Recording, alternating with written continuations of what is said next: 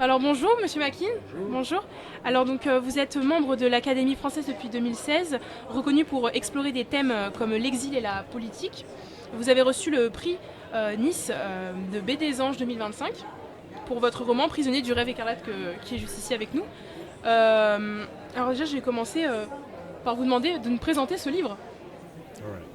Vous savez ce que Tolstoï, l'écrivain russe, a répondu à une pareille question de journaliste. Elle a dit, pour répondre à votre question, je dois reprendre ma plume et réécrire mon livre dès la première ligne à la dernière. C'est un peu ça, oui, comment présenter un livre. Mais je vais répondre par une question. À votre question, je vais répondre par une question. Est-ce que vous connaissez le chanteur français Renaud? Vous le connaissez tous, n'est-ce pas, Renaud? Est-ce que vous connaissez son grand-père maternel? Qui était son grand-père maternel? Ah, les journalistes de votre âge ne le connaissent pas. Il s'appelait Oscar Mirillo. Son grand-père de ce chanteur français, le grand-père maternel, Oscar Mirillo. C'était un jeune communiste qui a quitté l'école à l'âge de 13 ans, qui a travaillé dans les mines, qui a milité, qui est un vrai combattant. Et il était émerveillé par l'idée communiste, par cet idéal, le grand idéal du renouveau sociétal et social.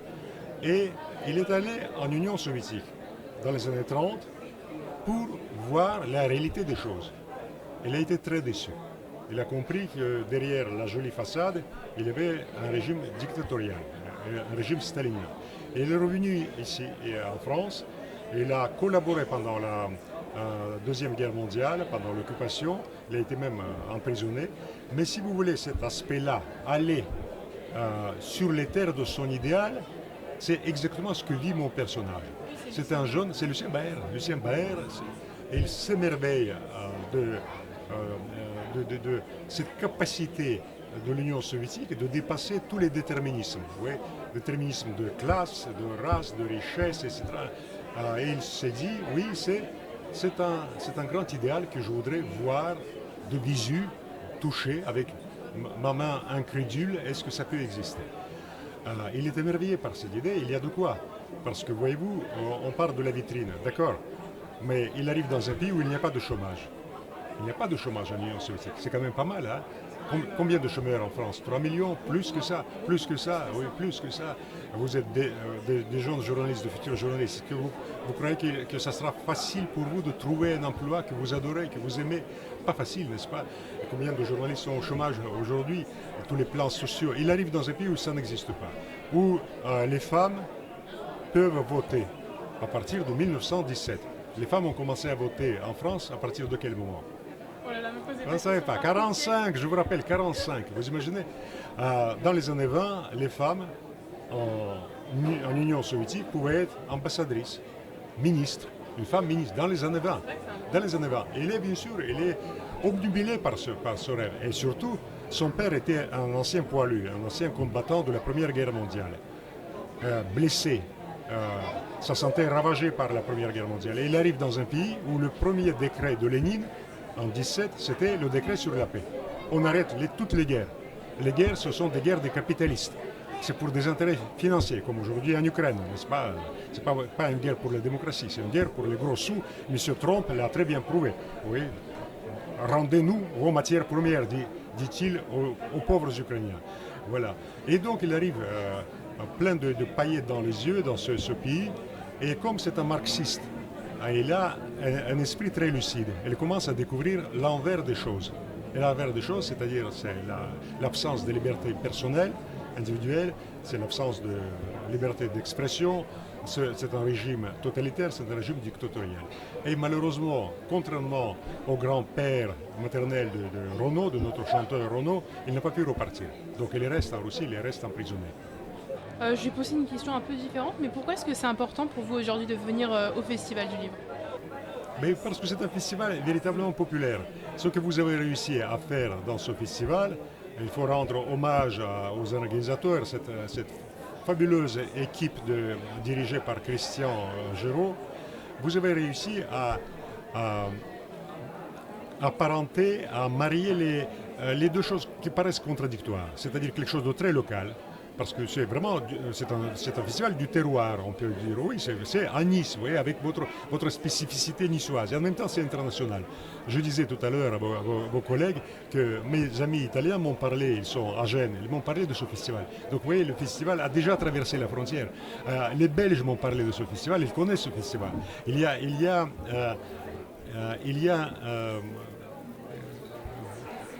quelques années, il y a un monsieur qui est venu une valise pleine de mes livres. Il est venu de Suisse, de Berne. Donc le festival des Baies des Anges, je vais le tenir comme ça, c'est pas grave. Il est connu, je ne veux pas dire du monde entier, mais il est très connu au-delà des frontières françaises. Et tant mieux. Mais vous restez local, c'est ça qui est formidable. Ça reste local. Donc là, je vais revenir un peu plus sur votre livre. Le titre de votre roman parle d'un rêve écarlate. Mais justement, c'est quoi la signification du rêve écarlate ?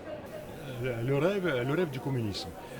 Louis Blanc, un des socialistes français, disait quelque chose de très intéressant.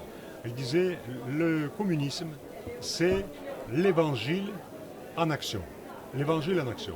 C'est-à-dire, il connectait le message communiste au christianisme. Il disait c'est à peu près la même chose. Comme disait le Christ, oui, il n'y a pas de grec, il n'y a pas de juifs, il n'y a pas de race et de nation, il n'y a pas de riches et de pauvres, nous sommes tous frères en Christ. Et les communistes ont essayé, mais bien sûr avec quels résultats? Les résultats vous les connaissez, ils sont assez déplorables, et ils ont quand même essayé de construire cet idéal. On se dit oui, mais ce sont des songes creux, ce sont des rêveurs fous. Mais d'où cela est parti? Imaginez par exemple un personnage comme Robert Owen. Robert Owen, c'est un Britannique un très riche entrepreneur qui avait des fabriques de textiles. Et tout à coup, il lance ces idées qui paraissaient folles, les idées d'améliorer la condition ouvrière. On se dit mais pourquoi? Il gagne beaucoup d'argent. Je vais vous expliquer pourquoi. Parce que dans ces fabriques travaillaient les enfants de 5 à 6 ans. 5 à 6 ans. Ils travaillent 14 heures par jour. C'est en Europe.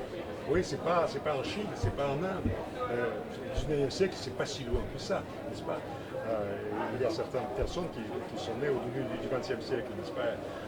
Donc, ils sont centenaires. Mais ils ne pouvaient pas supporter que ces petites mains, on les employait pourquoi? Parce qu'ils avaient des mains très très petites et ils pouvaient glisser entre les fils dans les machines-outils. Et parfois, ces mains étaient arrachées par les rouages.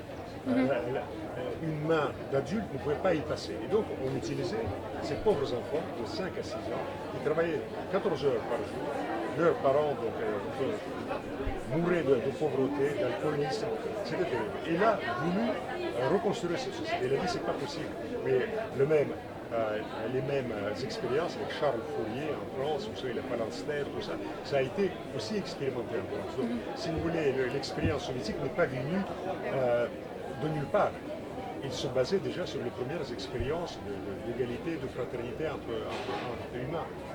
Et enfin, dernière question, est-ce que vous avez eu des réactions de lecteurs qui vous ont marqué par rapport à ce livre ou par rapport à d'autres livres qui sont venus vous voir? Oui, des lecteurs très engagés, très enthousiastes, surtout de ce jury populaire. De ce jury populaire qui venait me dire que, d'abord, ils ont tout de suite voté pour ce livre. Ça m'a touché, c'est-à-dire que la discussion était assez brève finalement. Donc là, ce livre s'est imposé naturellement, oui, sans aucune insistance de la part du jury des professionnels, parce qu'il y a deux jurys, vous voyez. Et finalement, le jury populaire, le jury niçois a imposé ce livre. Et là, ça me touche beaucoup. En tout cas, merci beaucoup et félicitations d'ailleurs pour votre prix. Merci beaucoup. Merci beaucoup.